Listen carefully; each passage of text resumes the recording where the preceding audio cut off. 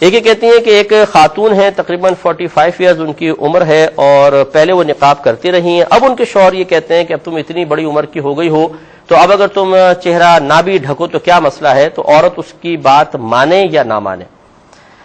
مسئلہ یہ ہے کہ شوہر کو آخر یہ سوجھی کیا ہے، جب 45 سال تک عالم جوانی میں اور پھر اس کے بعد یہ ادھیڑ عمری شروع ہو گئی ہے خاتون کی، جب یہ نقاب کی اجازت دے دی ہے تو اب کیوں آخری وقت میں آ کر اس قسم کا مطالبہ کیا جائے کہ جس کی وجہ سے مطلب کوئی کراہت ان کی طرف متوجہ ہو؟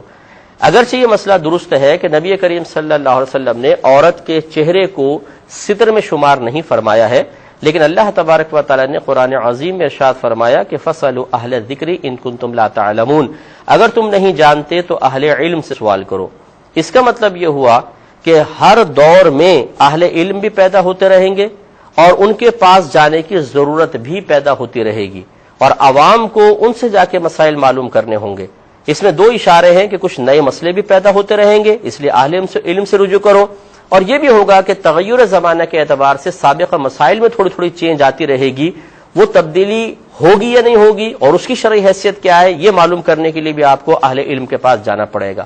چنانچہ علماء متقدمین تو اسی بات کے قائل رہے کہ عورت کے چہرے کا پردہ نہیں، لیکن جیسے جیسے فتن زمانہ زیادہ ہوئے، آج آپ دیکھ لیں کہ سب سے پہلے عورت کے چہرے پہ نگاہ پڑتی ہے، پھر وسوسے آتے ہیں، پھر انسان کوئی اور کام کرتا ہے، لہٰذا پھر علماء متاخرین یعنی بعد والے علماء نے اسی بات کا فتویٰ دیا کہ عورتوں کو چاہیے کہ اپنے چہرے کو بلا عذر نہ کھولیں۔ اگر کچھ صحیح عذر ہے تو پھر بہرحال وہ استثناء ہے، جیسے باہر کے ملک میں بہنیں ہیں وہ نقاب کریں تو مسائل پیدا ہو جاتے ہیں، کہیں سیکورٹی کا پرابلم ہے تب ایسا ہوگا، یا کوئی اور شرعی مجبوری ہے جیسے ڈاکٹر کو چیک اپ وغیرہ کرانا ہے اور کوئی لیڈی ڈاکٹر نہیں ہے اور تو وہ چہرہ کھول رہی ہیں، کوئی دانتوں کا مسئلے ہیں تو یقینی سی بات ہے کہ فیس کھولنا پڑے گا۔ اس قسم کے مسائل ہوں تو عذر